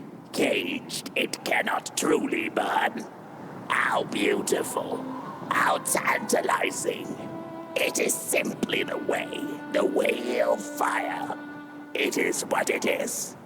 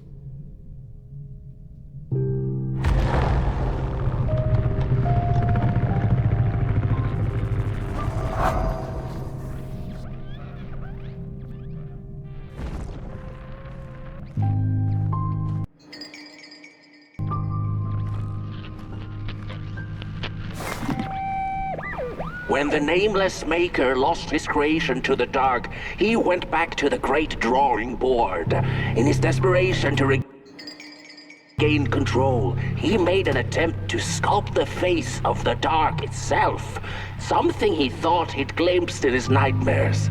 But the face wormed itself out of his mind's eye, and instead his twisted sculptures came alive, grinning and many-legged. Thus, the grinners escaped and seeped into this world, as a reminder to the maker that there is always something to smile about, even when...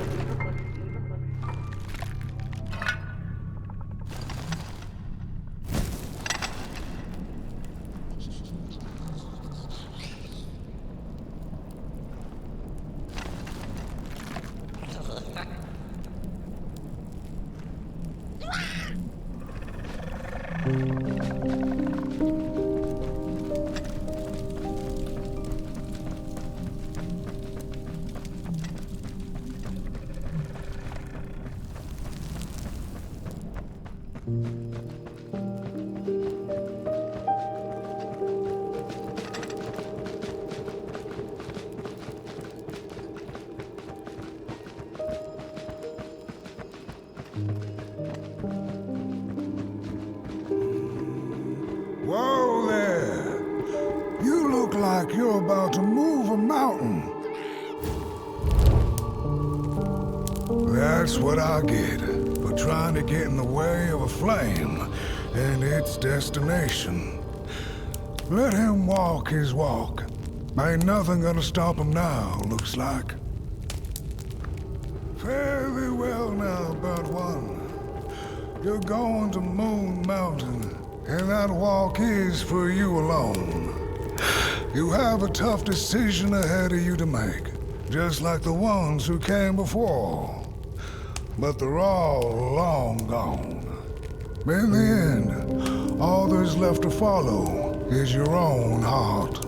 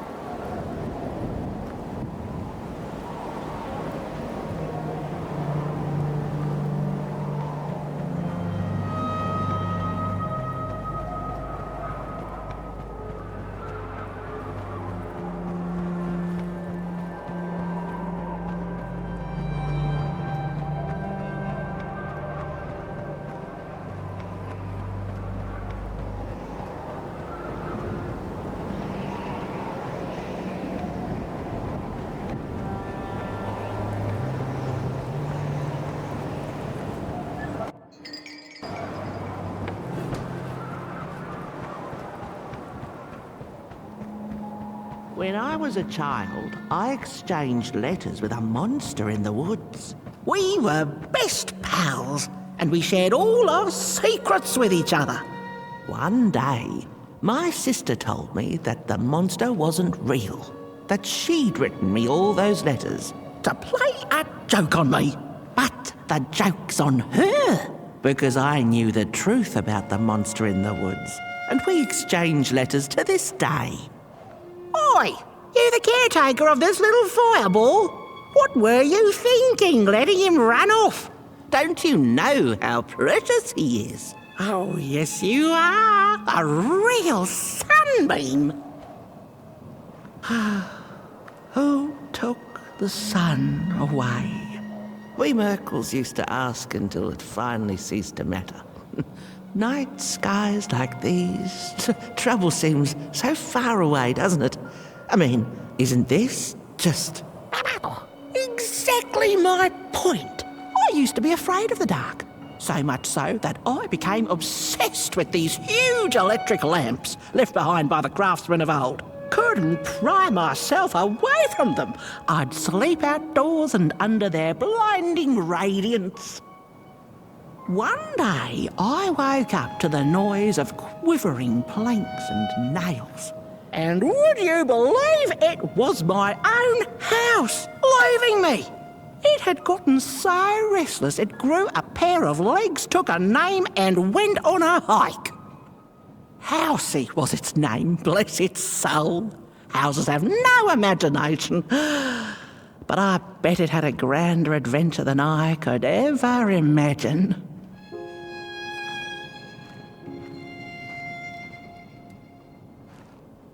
This little flame is your home, burnt one. Keep them nurtured and safe, and you'll always find yourself in the right place. Through the rain, in the dark.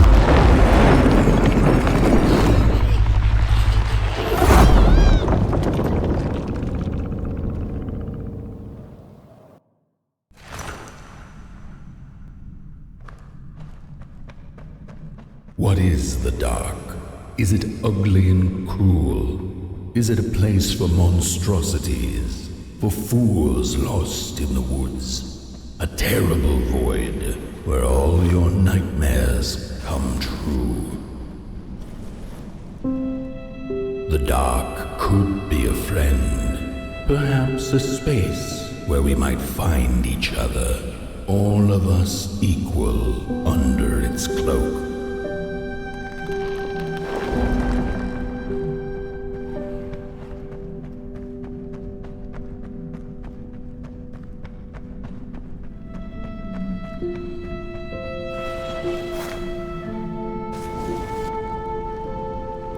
The dark could be an embrace and the release of the old, like taking off a tight shoe, laying bare one's feet, and taking a first step onto a new adventure.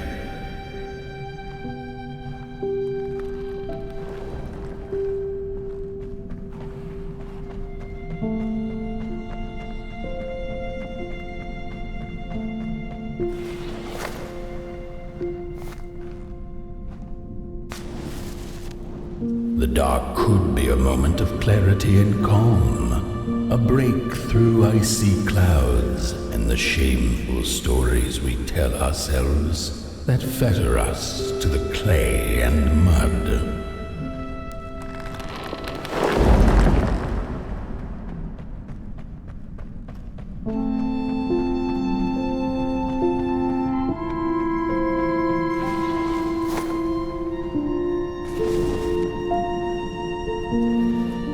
The dark could be the space and time that we need to recover from the death of a dream and the quiet promise of new beginnings waiting on the other side of grief.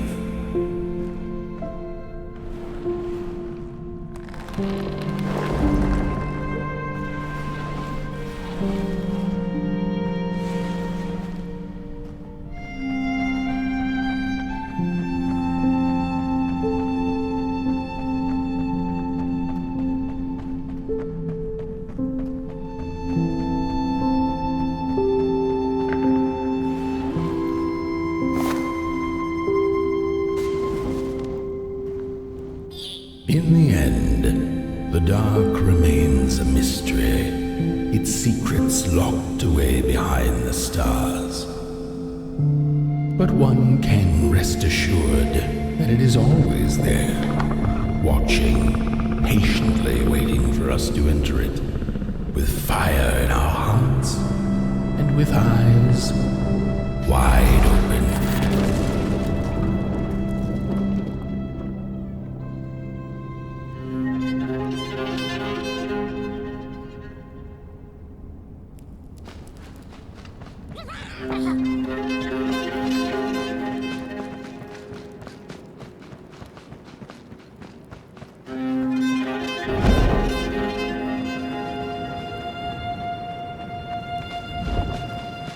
You've arrived. Hark! Your fire is dying, but the last embers will light the final fireplace and send your potboy home. Can you do what you must? Naturally, you must. It is destined. and you will be loved and forgotten.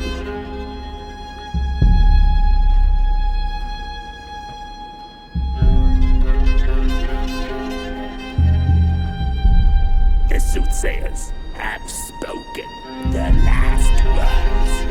It has been an honor to watch your journey to the work table's edge.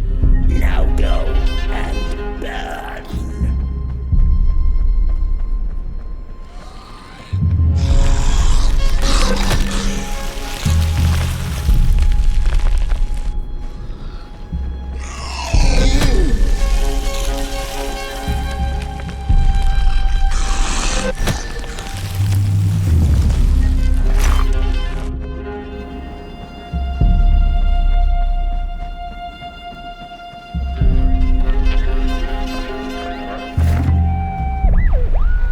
First two-legged beings did prosper under the first sun, but it didn't matter how much they bathed in its light. They craved more.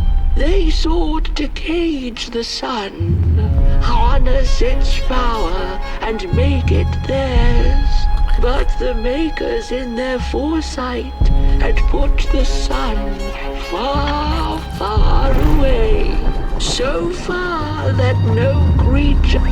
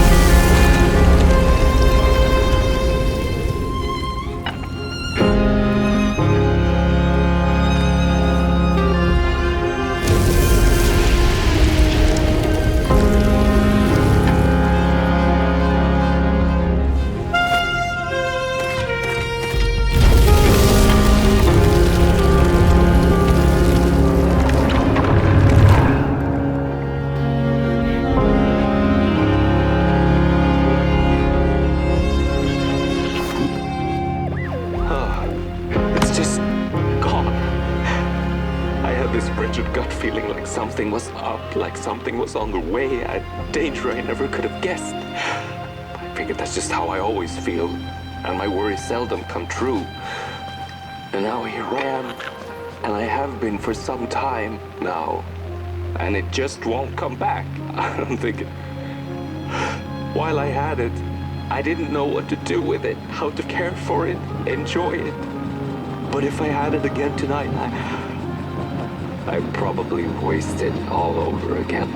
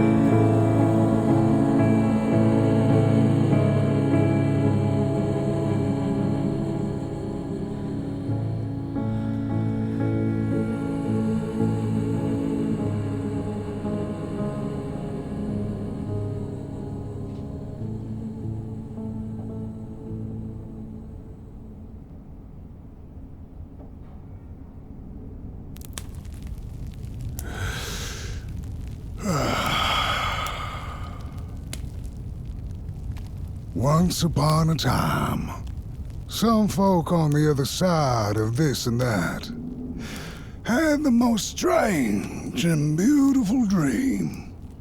I hope that tonight you caught a glimpse of it, and I wish you the levity and grace to smile in the darkest of times and on the way down your midnight walk.